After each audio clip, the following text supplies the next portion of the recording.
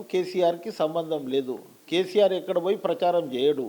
కేసీఆర్ ఇంట్లోనే గుర్తుంటాడు. Form B మీద గిట్ట జిల్లా అధ్యక్షులే అనుకుంటా నేను, కౌన్సిలర్లకు వాళ్ళే చేస్తారు. ఇది ఈ విధంగా చేసుకొని డైవర్ట్ చేస్తుందన్నమాట. మొన్న సర్పంచ్ ఎన్నికలు జరిగినాయి, మెజారిటీ వచ్చింది కదా. ఇప్పుడు అధికారంలో ఉందాం, 100% మేమే గెలుస్తాం అన్ని సీట్లు. ఇలా ఓటర్ గిట్ట ఏమనుకుంటుండంటే, మున్సిపాల్లో కౌన్సిలర్ గిట్ట ఏమనుకుంటారంటే, కౌన్సిలర్కు ఓటేసే దాంట్లో గిట్ట ఏమనుకుంటారంటే, అధికార పార్టీకి ఓటేసి మన మున్సిపాలిటీని అభివృద్ధి చేసుకుందాం, ప్రతిపక్షంలో ఎందుకు అనేది ఉంటుంది. అందు గురించే వాళ్ళు చెప్పుకోవడానికి, రేపు ఎన్నికల్లో ఓడిపోతే మా నాయనకు ఈ విధంగా చేసిరు, అందు గురించే మాకు రిజల్ట్ రాలేదు, మా నాయనకు నోటీస్ ఇవ్వకపోతే హెలికాప్టర్ వేసుకొని అంతా తిరుగుతుండే అని చెప్పుకోవడానికి ఇది మైండ్ గేమ్ తప్ప. ఇవాళ కవిత పోటీ చేస్తుంది కదా, కొన్ని జాగాలో చూసిన నేను, సింహం గుర్తు మీద పోతుంది. మళ్ళీ కవితకి ఎన్ని జాగాలో గెలుస్తుందో ప్రజలు తీర్పు చెప్పేస్తారు.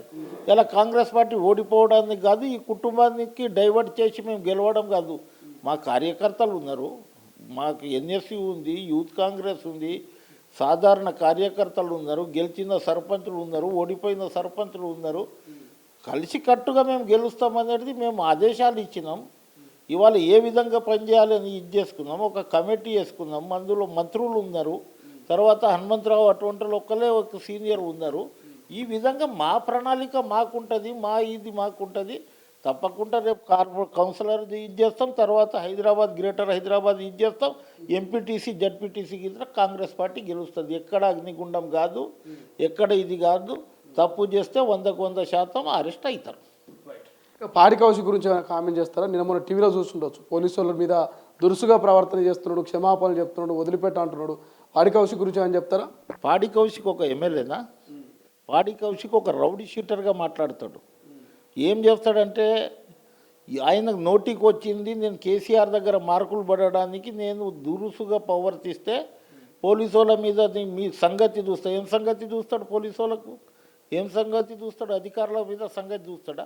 రేపు గవర్నమెంట్లో వస్తావు అనుకో, వచ్చినప్పుడు సంగతి చూస్తావు. ఏం సంగతి చూస్తావు? నీవు ఒక్క శాసనసభ్యునివి, ప్రజలు ఎన్నుకున్న ప్రతినిధి. ఆ ప్రతినిధి లేక మాట్లాడాలి, కానీ రౌడీ షీటర్ లేక రోడ్ల మీద కూర్చొని రకరకాలుగా ఇబ్బంది పెట్టి నేను రెచ్చగొడితే కేసీఆర్ దగ్గర మార్కులు పడతాయి అనే ఉద్దేశంతో, కేసీఆర్ దగ్గర ఎవరికి ఏం మార్కులు పడాలనో బాగా తెలుసు.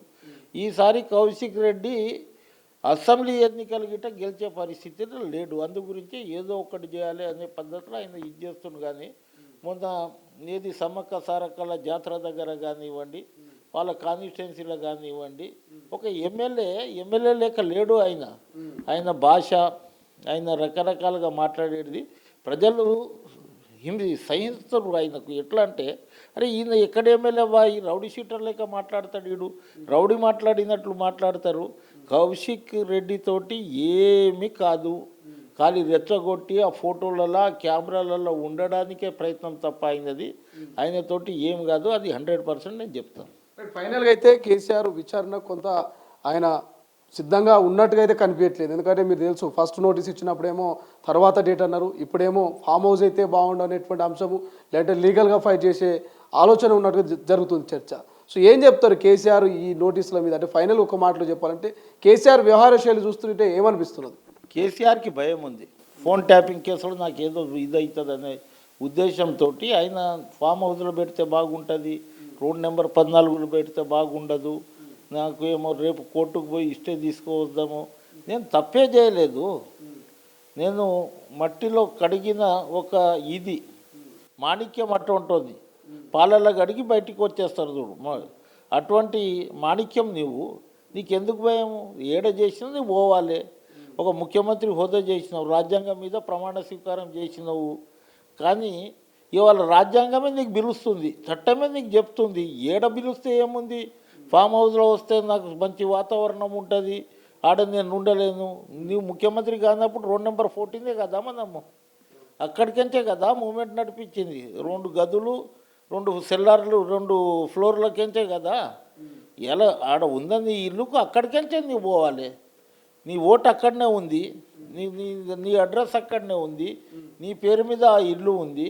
అన్నీ ఉన్నప్పుడు అక్కడనే నోటీస్ ఇస్తారు. కానీ నేను దుబాయ్లో ఉన్న, దుబాయ్కి వచ్చి చేయమంటే, నేను గజ్వేల్లో ఉన్న గజ్వేల్కు రండి అంటే చట్టం ఉంటుంది కదా. చట్టం తాని పని తాను చేసుకుంటుంది. 1వ తేదీ పోతే ప్రజలు కొంత ఇదవుతుంది ఆయనకి. కానీ 1వ తేదీ మళ్ళీ కోర్టుకు పోయి వస్తే అది ఇది చెప్పిండు అనుకో, వీళ్ళంతా ఇదే ఉన్నారు అనేది ప్రజలలో ఇది పోతుంది. ఎక్కడ అగ్నిగుండం కాదు, ఎక్కడ ఇది కాదు. ఇలా జనాలు చాలా బిజీగా ఉన్నారు. 12-14 సంవత్సరాలు అప్పుడు కొట్లాడినప్పుడు పిచ్చోళ్ళు అయినాం. తెలంగాణ అంటేనే పిచ్చోళ్ళ లెక్క తిరిగినాం. ఇప్పుడు తెలంగాణ వచ్చిన తర్వాత ఎవరు పిచ్చోడయ్యేటట్లు లేరు. ఎవరు జైలుకు పోయినా ఎవరు సింపతి ఉండదు, ఎవరికి ఇది ఉండదు. తప్పకుండా మళ్ళా ఎవరు ఇంకోసారి చేయవద్దు, అటువంటి పనిష్మెంట్ జరగాలి వీళ్ళకి. ఏ ముఖ్యమంత్రి ఉన్నా ఎటువంటి పనిష్మెంట్ ఇస్తే బాగుంటుంది? ఎటువంటి పనిష్మెంట్ అంటే ప్రజలు రాళ్లతోటి కొట్టుమన్నారు కదా, అట్లా ప్రజలు రాళ్లతోటి కొట్టి తిరుగుబాటు జరగాలి. జరిగినప్పుడు 10 సంవత్సరాలు జైల్లో, 5 సంవత్సరాలు జైల్లో, లేకుండా ఒక 100 రోజులలో బేలో అనేది కాదు. తెలంగాణకు ఎవరైతే ద్రోహం చేస్తారో, తెలంగాణ గురించి ఎవరైతే ఇది చేస్తారో నాకు రాళ్లతోటి కొట్టండి అని వాళ్ళే స్టేట్మెంట్ ఇచ్చిన దాంట్లో ఉన్నది. ఇవాళ ఫోన్ల ట్యాపింగ్లో ద్రోహం చేసిన వాళ్ళకు ఫోన్లతోటి ఎవరైతే ఇదైరో అదే ప్రజలు తిరగబడి కొట్టుతారు అనేది నా అభిప్రాయం.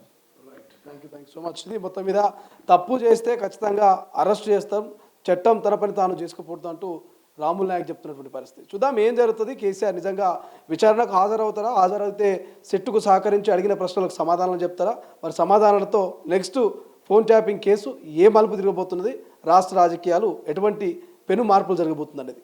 కెమెరా పర్సన్ అజయ్తో శ్రీశైలం, తొలి వెలుగు, హైదరాబాద్. అసలైన తొలి వెలుగు. ఫాలో వాట్సాప్ @తొలి వెలుగు official.